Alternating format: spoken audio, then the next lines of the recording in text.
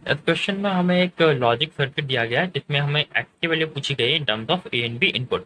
तो अगर हम देखें तो पहला पार्ट हमारे पास है वो है एंड गेट जिसके साथ एक नॉट गेट अटैच है, और सेकंड पार्ट में तो वापस से एक एंड गेट है जिसके साथ एक नॉट गेट अटैच है। तो अगर हम इस पहले पार्ट को सॉल्व करें तो हमारे पास जो आएगा ए प्लस बी सॉरी ए इनपुट के लिए, ए और बी इनपुट के लिए हमारे पास आ जाएगा A dot B whole bar, क्योंकि यहाँ पे नॉट गेट भी है। तो यहाँ पे जो इनपुट आ रहा होगा सॉरी यहाँ पे जो आउटपुट आएगा वो आएगा ए बार प्लस बी बार, क्योंकि हम अगर इसे सॉल्व करेंगे तो ये आ जाएगा ए बार प्लस बी बार।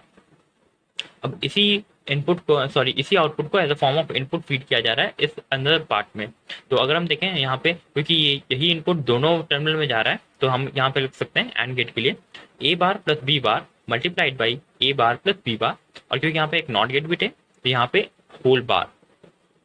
अब जैसा हम जानते हैं, क्योंकि ये बेसिकली अगर हम इसे x मान लें सॉरी इसे हम y मान लेते हैं लेट से, तो y डॉट वाई, अब जैसा हम जानते हैं बूलियन अलजेब्रा में y dot Y equal to Y होता है, तो हम यहाँ पे डायरेक्टली सिंपली लिख सकते हैं A bar plus B bar dot A bar plus B bar को A bar plus B bar whole bar.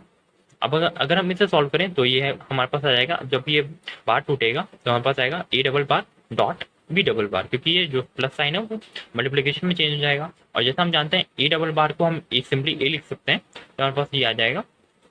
A dot B. तो हमारे पास जो करेक्ट ऑप्शन हो जाएगा वो A double bar dot B double bar या फिर ए बार डॉट बी बार, और दोनों ऑप्शन में दिए गए हैं इसलिए हमारे पास ये दोनों ऑप्शन करेक्ट हो जाएंगे। Thank you.